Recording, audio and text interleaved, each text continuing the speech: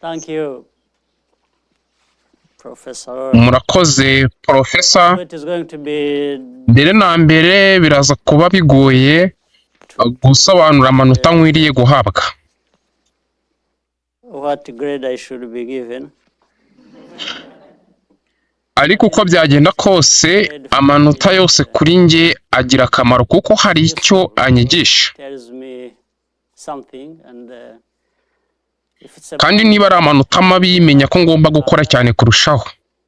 and if it's a Kandi niba ari amanota meza nabwo bisobanuye ko ngomba kuyagumana ayabungabunga. so Bityo nigira ku manota yose mpabwa. but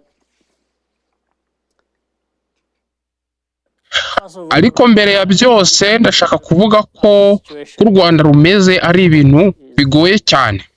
a very complex one. Ariko byuzuyemo amasomo atari ayo ku Banyarwanda gusa ahubwo ni ku isi yose. Maybe for the rest of the world and specifically for Africa. Kandi cyane cyane Afurika. Byerekana icyo dushoboye mu buryo bubiri. What we are capable of in two ways. One, Icyambere aho twishyuza ubwacu. the tragedy, Ibyago by'icyenda kane n'ibyangiritse byabiteye. the destruction that came with it. So it shows Ibityo byerekana ko abantu bashobora gukora ibintu bibi cyane things that kuri bo ubwabo. do for themselves. But 22 Ariko years nyuma y'imyaka 22 it also byerekana nanone icyo abantu bashobora gukora bavuye muri ayo mateka mabi. coming from this background of a tragedy to a situation Bakagera aho batagereranywa not only gusa n'ibindi bihugu comparison bisanzwe. can be made between our situation with the normal situations. But Ahubwo also, in fact, in no mu bihe bimwe u Rwanda rushobora gutanga urugero ku isi yose. Rwanda can provide examples to learn from across the world. If you look at the Niba urebye impinduka zakozwe mu nzego nyinshi ku rutonde rw'isi mu koroshya ubucuruzi turi mu ba mbere. terms of doing business by global institutions,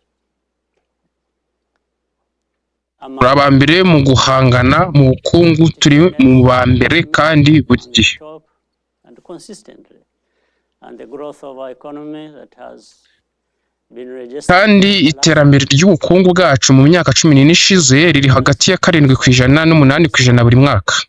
every year. Women empowerment, Ubushobozi bw'abagore no kugira uruhare muri politike mu bucuruzi no mu gufata ibyemezo. 64% 64 by'abagore bahagarariye igihugu mu nteko nshingamategeko. 40% muri guverinoma. Hagati ya 40 na 50% mu bacamanza no mu bayobozi b'inzego z'ibanze. education.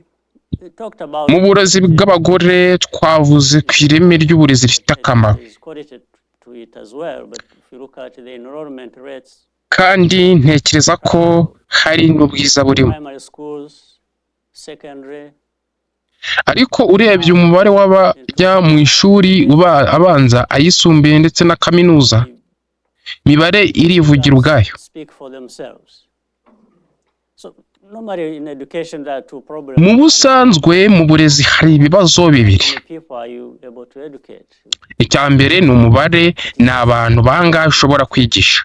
Ariko nanone ni ireme ry'uburezi. Where both are Hari aho byombi ari ikibazo. and in fact we started Kandi mu by'ukuri twatangiriye aho byombi byari ikibazo. so we have tackled one. Bityo twakemuye kimwe neza cyane ariko aricyo umubare w'abiga. We are now working on an Ikindi turi gukoraho ubu ni ireme ry'uburezi. education. So the put together Iyo ubishyize hamwe in a good place if turi ahantu heza ugereranyije n'ibindi bihugu byinshi.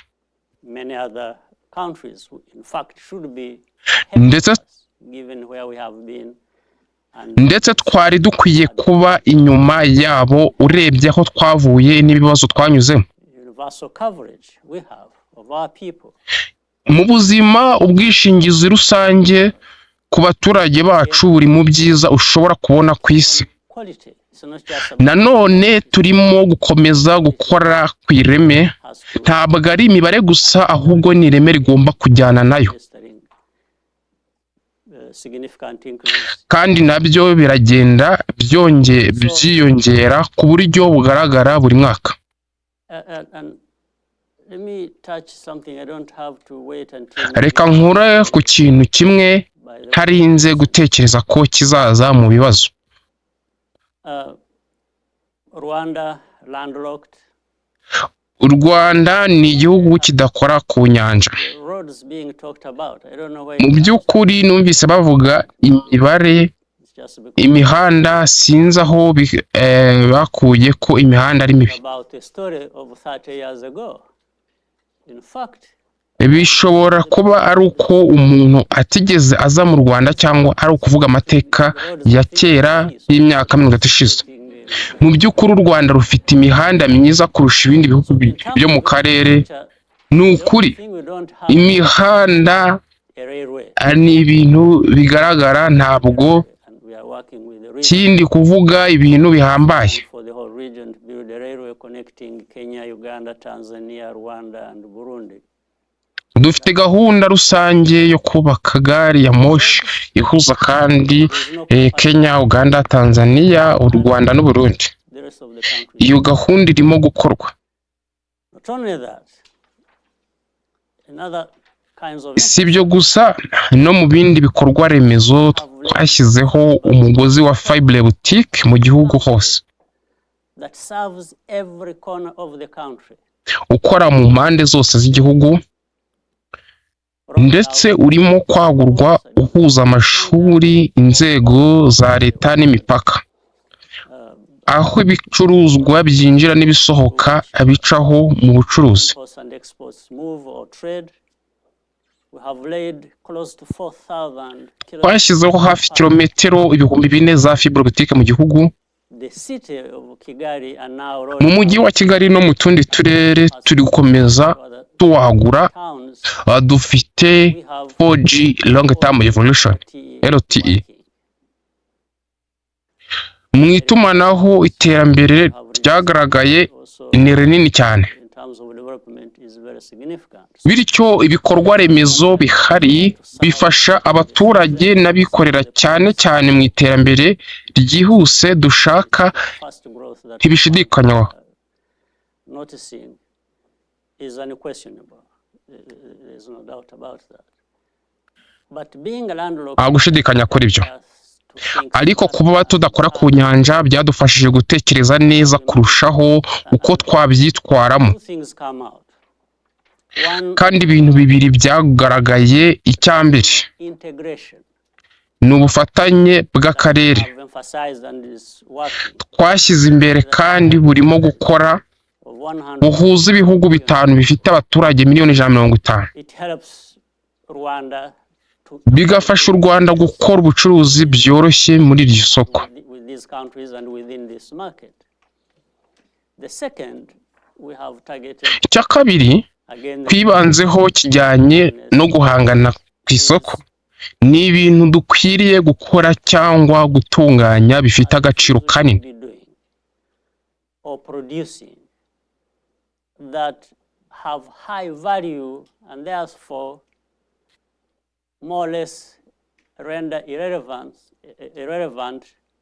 the problem of being landlocked. Bityo bigatuma ikibazo cyo kutagira inyanja kidakomeye cyane. In technology, Niyo mpamvu twashoye imari mu ikoranabuhanga, serivisi n'ubumenyi, most of what you kuko get is byinshi muri byo ntibiterwa n'uko uri kure y'inyanja, to how far you are from the ports that through which you have to export some of the things. So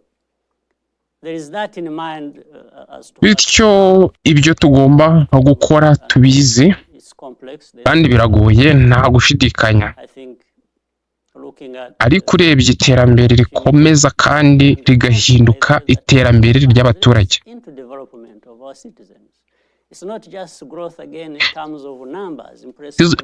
Ntabwo ari imibare gusa, ni iterambere rifasha abaturage.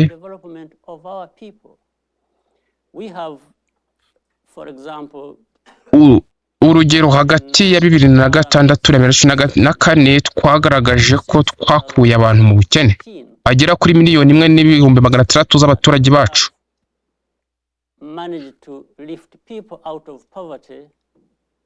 To the tune of 1.6 million of our citizens.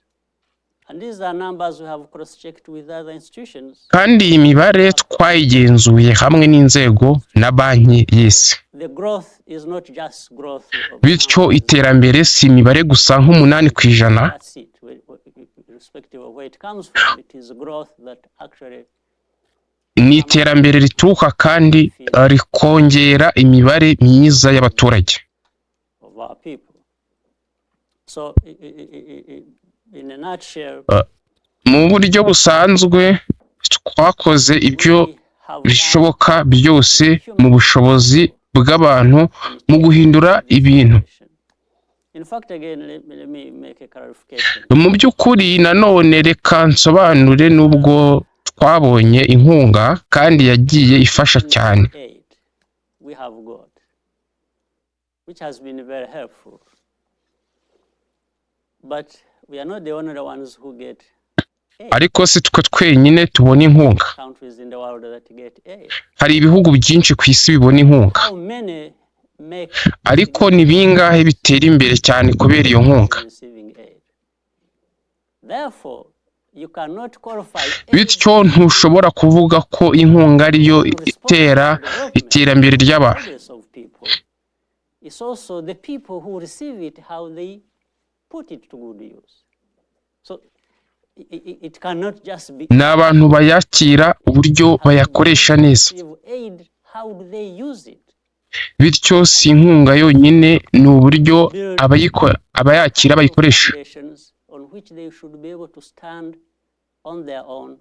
Kandi niba bayikoresha bubaka urufatiro bazashingiraho kugira ngo ejo hazaza habo habeho neza kandi biteze imbere. Ibijyanye na MDGs twavugaga, nari umwe mu bayobozi b'icyo komisiyo kuva iterambere kugeza irangiye, hamwe n'abandi bayobozi batandukanye, rimwe minisitiri w'intebe wa Espagne, undi wa Australia, wa nyuma yari wa Norway.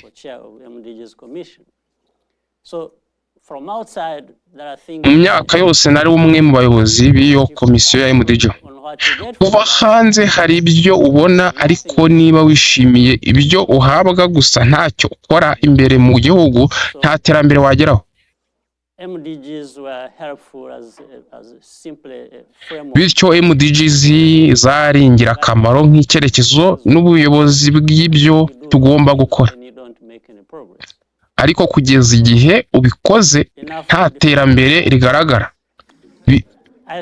Bityo reka mve gusobanura amanota yanjye. Ndishimira kwakira ibibazo byose, kandi buri gihe nishimira kuba ndi hano. Nishimiye kugaruka mbona amasura atandukanye, ariko buri gihe biranshimisha. Murakoze cyane.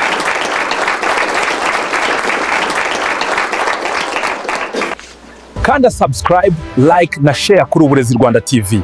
Uburezi, akazi na technology byose ni ibyawe.